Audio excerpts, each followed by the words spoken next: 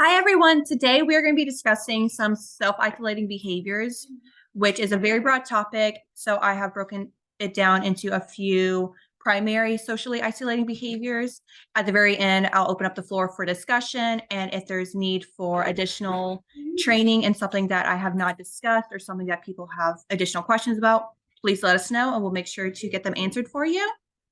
I'm going to pull up the PowerPoint now.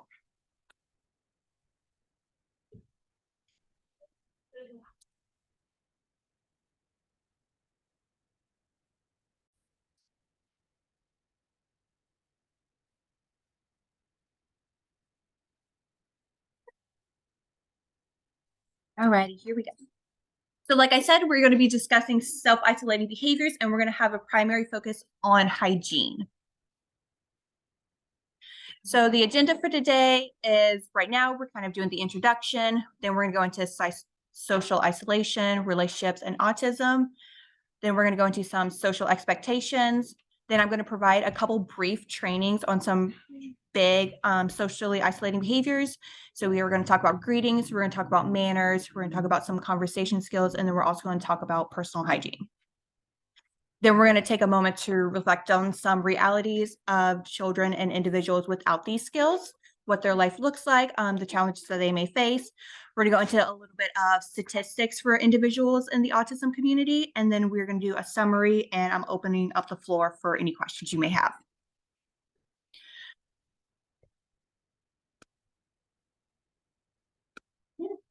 Sorry about that. Okay, so to define social isolation, it is essentially a period or state of time in which someone is remaining apart from others that is either unhealthy or is unwanted. So it is whenever an individual separates himself from a group for a period of time, and that period of time where they are isolating from the group can be unwanted or unhealthy for them. So for autism specifically, there are some core deficits which may make social interactions and maintaining relationships more difficult. So some of the core deficits of autism in relation to social relationships and social engagement are limited communication, impaired reciprocal social interaction. The reciprocal social interaction is the back and forth. You talk, I talk, and we keep talking back and forth with each other. We also have some restrictive or repetitive interests. Individuals may have difficulty understanding social cues or nonverbal behavior, such as body language. Regardless of these differences, individuals do have a right to social interaction and building interpersonal relationships. So even though the skill may be harder to teach and may take longer to teach, it doesn't mean that it's not important. And for children diagnosed with autism, there are limited opportunities to engage with others in a social setting. So often those social interactions are limited to immediate family members, mom, dad, siblings, maybe a couple external family members such as grandparents, cousins, whoever is able to engage as much as possible. Potential classmates if the children are in a classroom setting, if they are attending school, and depending on what the classroom setting looks like. And also maybe some current therapists. There are therapists that come in weekly. That's a great opportunity for some social engagement. But outside of those, there are limited opportunities. So as a society, there are certain expectations that everyone is kind of expected to follow. So these expectations will vary drastically between different regions, different cultures, different social groups, age, gender, and a lot of other factors. But I have listed the main ones that we all follow within the US. So some of the main social expectations we have are greetings, saying hello, saying goodbye. We also have manners, which I have broken down into the ones that we use every day. So we always ask, like, excuse me, we say please, we say thank you, and I'm sorry. I didn't go into more specific manners because that's going to vary between different families, but I did include the big ones that we all use throughout our day. On top of social expectations, we also have conversations that are expected to happen. So we have eye contact, we have listening to others, and we have responding to others. I will talk more about eye contact later on in the presentation. And then we also have personal hygiene. So we are all expected to bathe, brush our teeth, make sure our hair is clean, and that is expected of everyone, regardless of abilities. So, like I said earlier, we are going to be breaking down a few main socially isolating topics, and they're going to be very brief. If you are interested in additional or more specific training, please reach out to Parenting Autism United so that way we can answer those questions for you and provide those resources. But like I said, I'm just going to go over it very briefly so we kind of have an idea of what needs to happen. So for greetings, we're just going to talk about responding to greetings and initiating those greetings. So the easiest way to break down the skill is in 6 steps. So the first step is to teach the child to respond to hi and bye, or whatever generic phrase you use. If it's hello, if it's goodbye, whatever the phrase is, making sure that they are able to respond to the greetings from others using their primary form of communication. And I've made sure to include primary form of communication because everyone has their own different communication styles.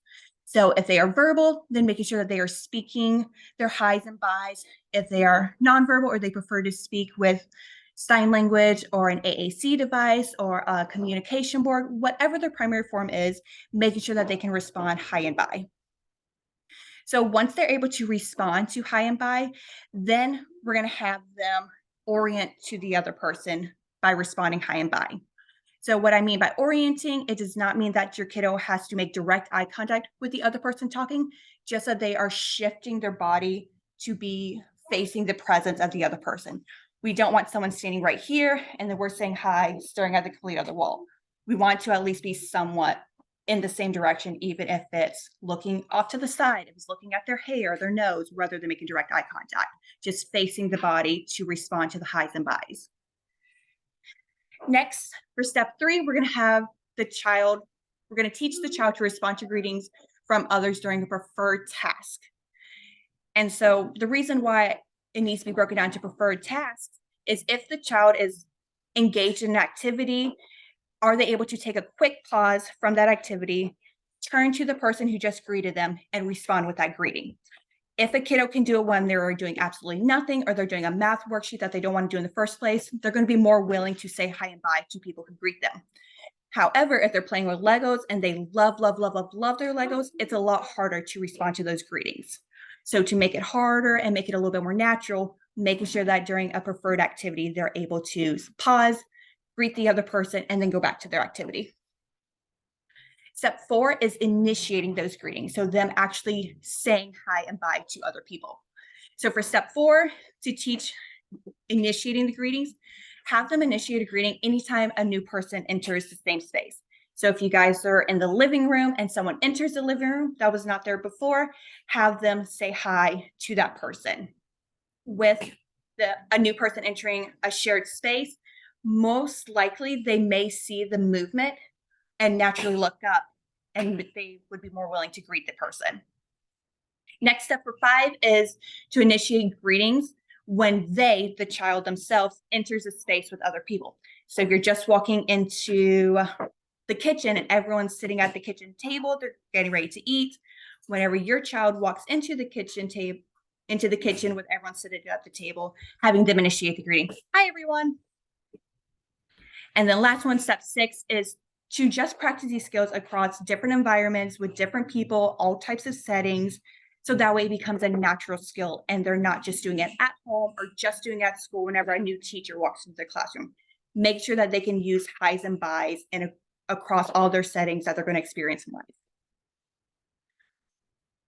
So the next mini training we're going to do is over manners. And again, we're just going to talk about 4 primary ones that we use throughout the day. So the primary ones we're going to talk about are please, thank you, excuse me, and apologies such as I'm sorry.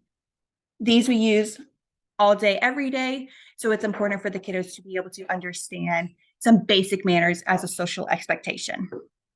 So the first step of this is just you as the adult showing them how to appropriately use manners across different scenarios. So if you are at the grocery store and you accidentally run into someone, showing your kid that you can say, excuse me, because you accidentally ran into someone. If they really want, as an adult, if you really want to order pizza that night, making sure that you ask the whole family, please, can we order pizza? And then when you do get the pizza, making sure that you say thank you. If you accidentally step on your kiddo's toy, you say, I'm sorry. Just showing the kiddo all the basic manners that they can use throughout the day by first seeing it from you. If you're in your family, if you use other manners, use those as well and show your kiddo how to use them in everyday settings. Step 2 is to have the child copy the manner using their primary form of communication. So if you as the parent just said, excuse me, because you're trying to get through a tight corner, then have your child also copy it, even though they don't need to be excused in that moment. Just have them copy it so that way they're practicing the words, practicing the situations in which it's relevant to use those manners. And again, make sure it's in their primary form of communication, whether it's sign language, whether it's words, whether it's electronic communication, whatever their form is, making sure that they're able to use it. The next one is to have the child incorporate those manners in their daily interactions with assistance from an adult. So if your child is sitting playing with their siblings and your child accidentally knocks over the Legos that the other siblings were building, have your child with your assistant say, I'm sorry, or excuse me, or if they want a Lego that they don't have, asking their sibling, please, can I have a Lego? So assist your child to build those manners and use them in their daily lives. And then step 4 is have the child incorporate those manners without assistance from an adult. So they've had the time to see adults use it. They've had time to copy the manners, to use the words in the correct situations. They've incorporated the manners with assistance, and now it's their turn to do it without assistance. And again, practice these skills throughout every interaction that you can. If it's at school, if you're able to, if it's in the community, making sure that they're using manners as appropriate. And when they do use those manners, making sure that you're praising them and rewarding them for their use of manners in whichever way they like to be rewarded. And now conversation skills, I'm just listing some of the main conversation skills for various learners. So I have it broken down into early learners, intermediate learners, and advanced learners, just based on the age and skill level of your child. What conversation skills do they need within that age range or within that development range? So for early learners, some of the basic conversation skills that they need to be able to do is request from peers. So requesting items, requesting peers to maybe be quiet, maybe requesting peers to get them a snack, whatever it is, making sure that your kiddo is able to ask peers for things that they want. Another thing is having the kiddo follow instructions from the peers. So if a peer asks your kiddo, can I have a Lego? Is your peer able to follow that instruction and give the peer the Lego that they just asked for? Another one, which kind of gets overlooked often, is imitating peers' actions. Are they able to observe other people playing and then copy those actions? Are they able to observe a kid throwing trash away in a trash can that they didn't know where it was at? And then they're able to see them do that and they're able to copy it as well. So the next step, the intermediate learners, some of the basic skills that they need for conversations is commenting during a conversation. So throwing out a random comment, throwing out a statement that's relating to the conversation. And also being able to ask questions during a conversation. And they can start off with a one-to-one exchange. It could be, what is your favorite color? And they're able to answer the question. It could also be, I really like pizza. What does your kid respond with? They can say, I really like pasta. It doesn't really matter what they're saying, just that they're able to comment during conversation and also ask questions during conversations.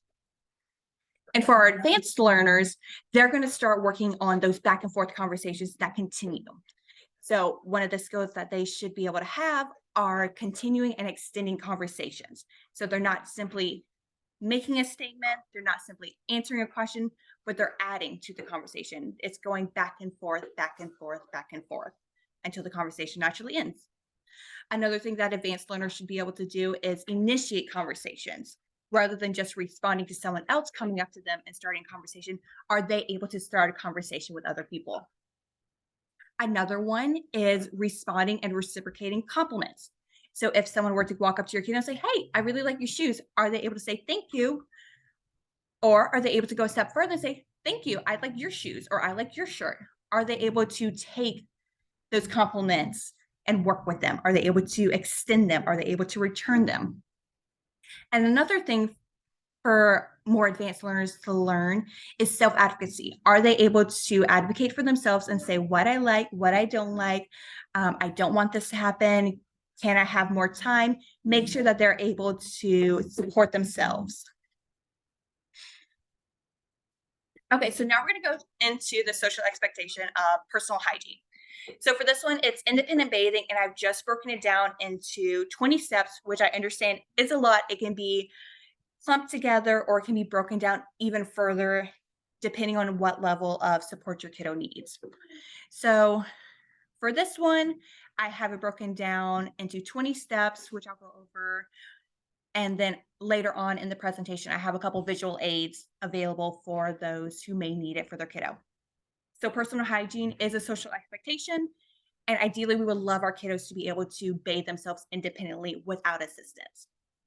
So first step of independent bathing, removing clothes, entering the shower. Step 2.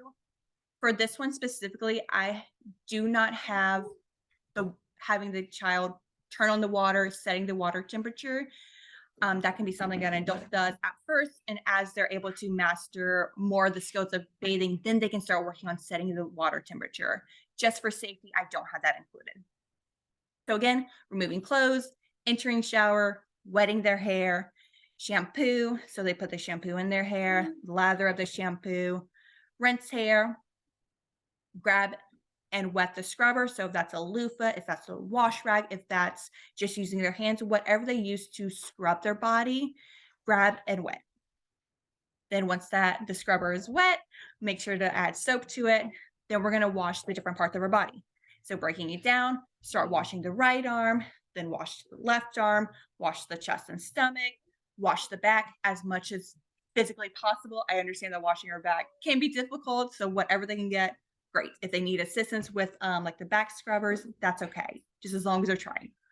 And then step 13, we have washing their private parts, so washing their genitals, turning around, washing the bottom, and then going down to the bottom of our body. So washing the right leg, washing the left leg, returning the scrubber, rinsing, turning off the water, grabbing a towel and drying. Again, this is a very, very brief training on independent bathing. This can be broken down further into more steps. It could be clumped together. It all depends on where your kiddo's at and how much you want them to do on their own. Another part of personal hygiene, we have brushing teeth. So for this one, broken down to a couple less steps. So first step, have your kiddo get a toothbrush and the toothpaste. Put a small amount of toothpaste on the toothbrush, wet toothbrush, then brush the top teeth for 30 seconds. So that'll be the front, that'll be the bottom, that'll be like the inside, brushing the whole top layer for 30 seconds. And you can use the 30 seconds with a timer. Your kiddo can, like, if they're able to count in their head, if they have someone else counting for them, that's okay. Just as long as they're trying to brush their teeth for around 30 seconds. Of course, individualize it to your kiddo and what they're able to do. So brush top teeth, then switch to the bottom, brush the bottom teeth. Once you're done brushing, spit into the sink, put toothbrush and toothpaste away, rinse out mouth with a cup of water, spit into sink, and then if it's important to you, have your kiddo floss.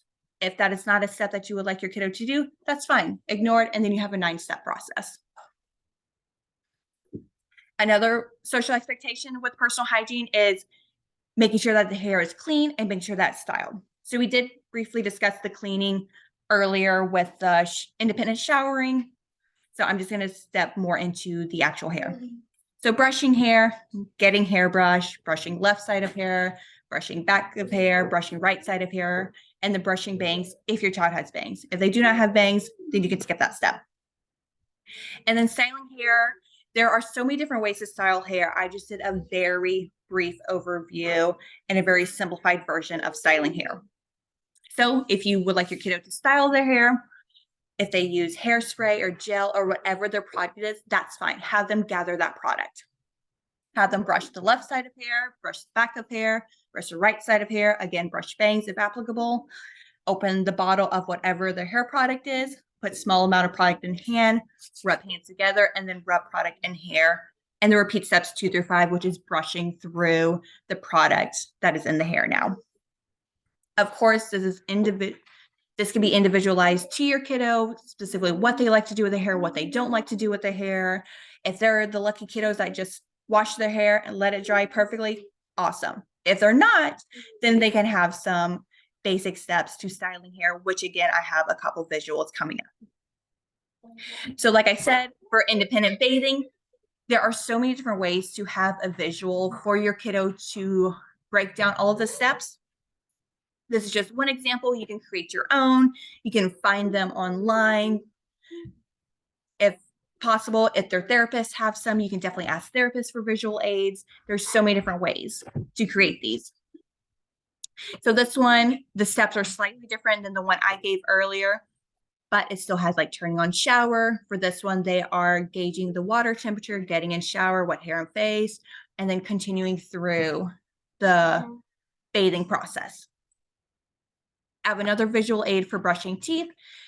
Very similar steps to what I had previously, getting toothbrush and toothpaste with the pictures, wetting, put on toothpaste, and then following through with the brushing teeth. Again, these can be individualized for your kiddo, depending on what skills they need, depending on how much it needs to be broken down, or if they can group it together, that's perfectly fine, whatever's going to work for you and your kiddo. And so the next one we're going to talk about is personal hygiene when it comes to puberty. I'm just very briefly going to go over some big topics. There will be a parent training later on where we are going to discuss puberty in more detail. So that will be on Monday, May 22nd at 6 o'clock. And then I'm also offering an opportunity for questions and discussion at the end of the presentation if you have current questions. So with puberty, it is important to teach independent hygiene skills, but it is important that it is specific to the kiddo's age and functioning. And again, based on their age, based on their functioning, and based on how much support they are going to have throughout their lives, when, how, and if teaching these skills are necessary will vary by the individuals and their families. Regardless of the circumstances, there are some hygiene skills that are necessary for overall health. So we talked about independent washing. That is going to become even more important as the kiddo ages and hits puberty, where cleaning needs to be a little bit more in depth. As well as washing, we're also going to need to discuss personal grooming, whether that is shaving face, shaving different body parts, if it's not shaving at all, whatever it is. What is their personal grooming preferences? And then also understanding what public and private behaviors are when it relates to puberty. Again, I'm not going into detail here. There will be an opportunity at the end for questions, but there will be a much more detailed parent training on Monday, May 22nd. Okay, and like I talked about at the very beginning, we're gonna do a quick reality check of what life can look like for individuals who are unable to complete these tasks independently or who do not have social skills, or they have skills that isolate themselves from bigger groups. So without having adequate social skills or maybe engaging in some socially isolating behaviors, there are limited social interactions and opportunities for relationships to build. Like I discussed, for some kiddos, those social interactions may be limited to family members, they may be limited to school, and they may be limited to their therapist, which doesn't offer a lot of opportunities to really build interpersonal relationships like friendships. With kiddos who are not able to advocate for themselves or are not able to discuss what is happening, there are increased opportunities for bullying, especially in the school setting, public settings where there's not a designated person there to advocate for them, to protect them. This may increase. Also, without having these social skills and with having socially isolating behaviors, there is a reduction in independence. They are required to have someone else or they need someone else in order to complete activities of their daily life. Again, without adequate social skills, there is an increased risk of physical and mental health complications. So physical health, if they're not able to independently bathe themselves, they may not be getting as clean as they should be, which could cause UTIs. It could cause infections. And those, if they're not treated, can increase and then lead to more immediate and more concerning physical symptoms. as well as we have some mental health complications. So if kiddos are not getting a lot of social interaction, that can lead to other mental health diagnoses. It can lead to bullying. So we do want to have that understood. There are higher rates of assault for people who are not able to advocate for themselves, are not able to talk about what's going on. They're not able to ask for support, and they're not able to be independent as much as possible. And also, if they do not have these skills, then they may require sustained assistance or care throughout the rest of their lives, which ideally we would love to have our kiddos be able to be as independent as possible so they do not need as much assistance. Okay, and then here I have a couple statistics of autism and how it relates to social behavior. So for children diagnosed went from the bedroom to the couch to the floor. So for children diagnosed with autism, there is a 25 to 30% that they are nonverbal or have limited communication, meaning that they can't have these back and forth conversations. They may be able to answer questions, they may be able to give statements, but they're not able to have full communication and conversations. Nearly 75% of school-age children diagnosed with autism experience bullying at some point in their lives. Again, I talked about this in the previous slide, that without having adequate social skills and without having adequate advocacy skills, they may not be able to understand that they are being bullied or how to address bullying or how to tell an adult what's happening. 30 to 60% of children diagnosed with autism are also affected by ADHD or ADD, which also goes hand in hand with social behavior and additional challenges to understanding social situations and being social. Up to 40% of children have a correlated anxiety disorder, and up to 26% of children have a correlated depressive disorder. So this also adds additional challenges to children diagnosed with autism being social and having those relationships. Summary.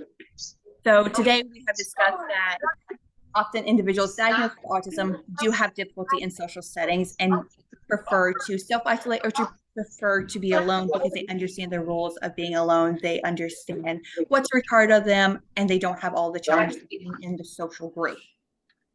However, regardless of ability, the world does have certain social expectations or social rules that need to be followed. So some common social expectations include greetings, saying hi and bye to other people, basic manners such as please, thank you, I'm sorry, excuse me. Those are some very common manners that we all use in our daily life.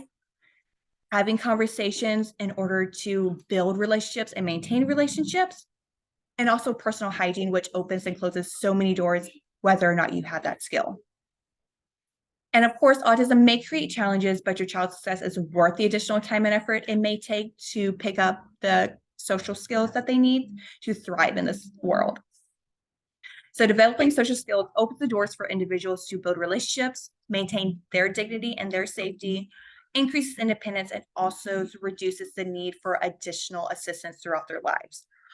And having those social skills offers the opportunity for them to live a happier and healthier life.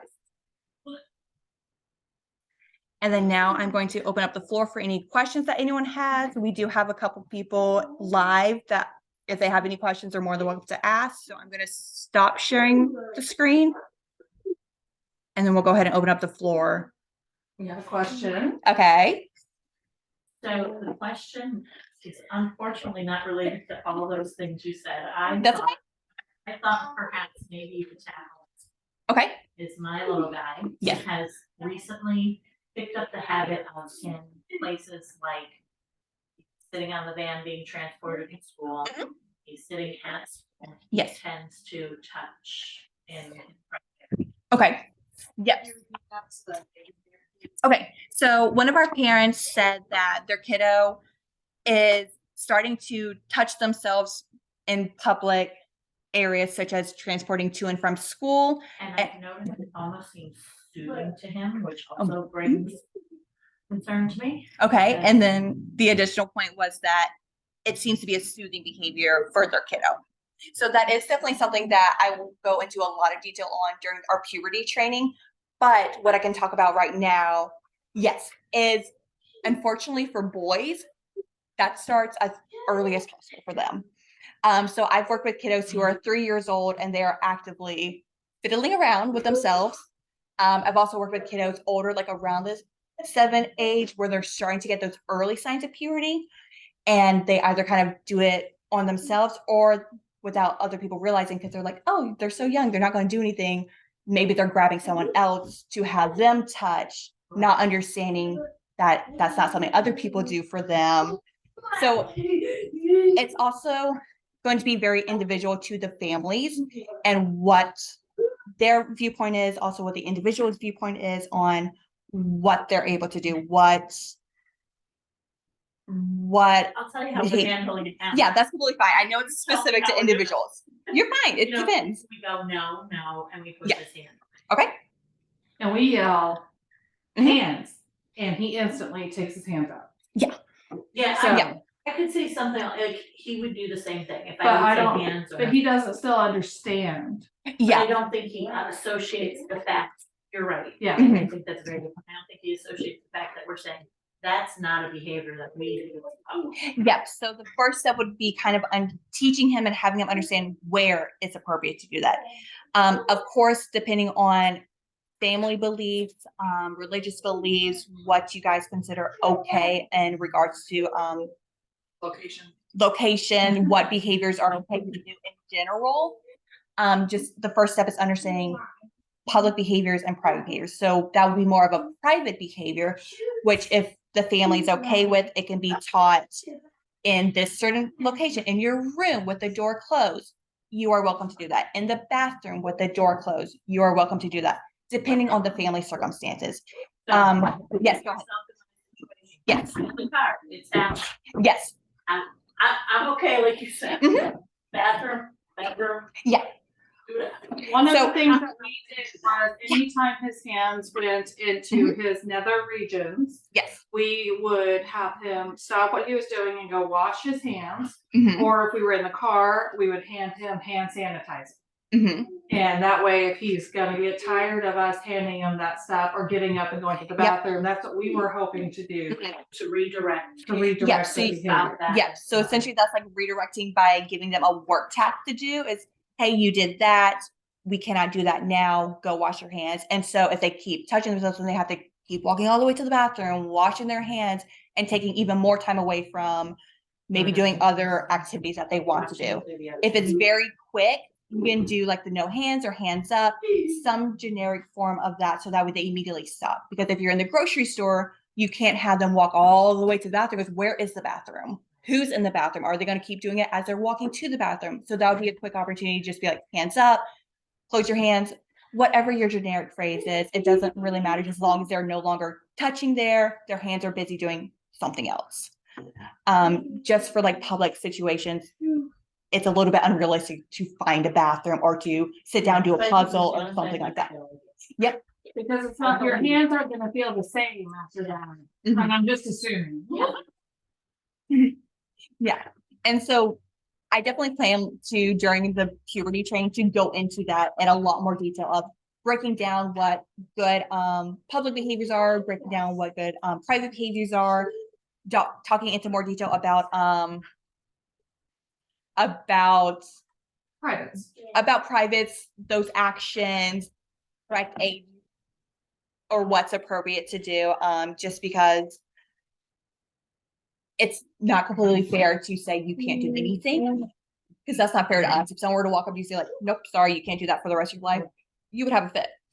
So of course, every family situation is going to be different. So some families would be like, can't not do this until marriage, for example. Then that's a whole different type of conversation. But just in general, understanding private, public, also understanding safe ways to do it, appropriate ways to do that privately, not all over the place, which is going to happen as all boys do, as all girls do. As they get older, they're going to start having those feelings. They're going to have those hormones. They're going to have all those reactions.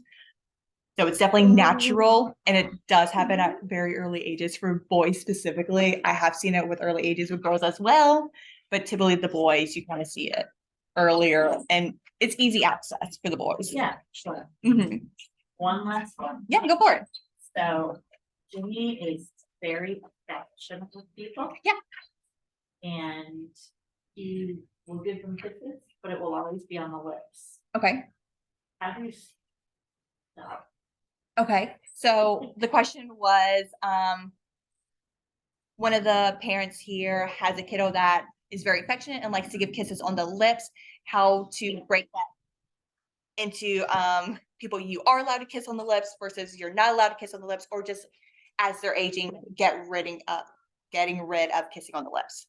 So if it's in the family and it becomes a rule of family members you can kiss on the lips, that's fine, because different families have that kind of, they're okay with that bond, even as adults.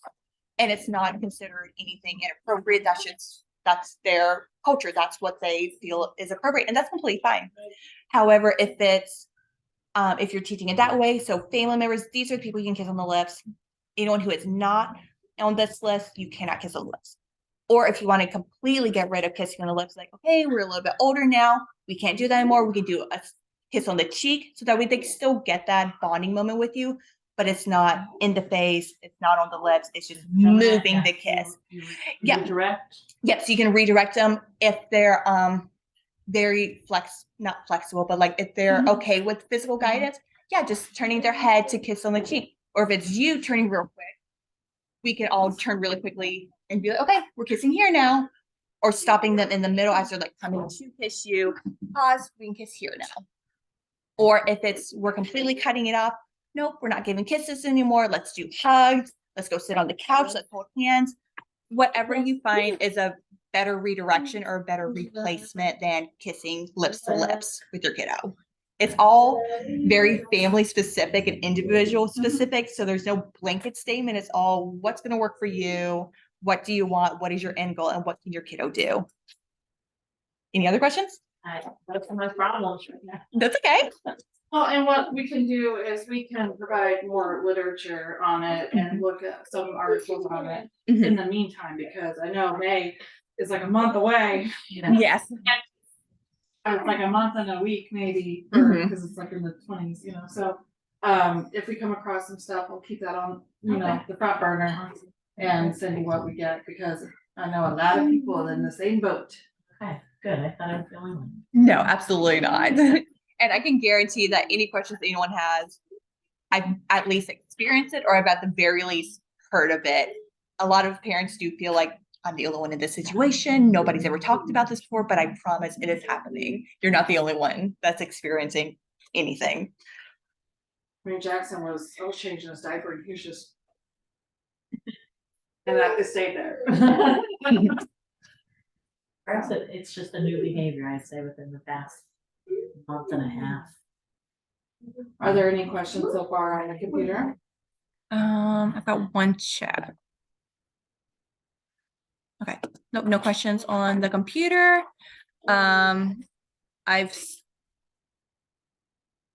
Perfect. Absolutely. Okay.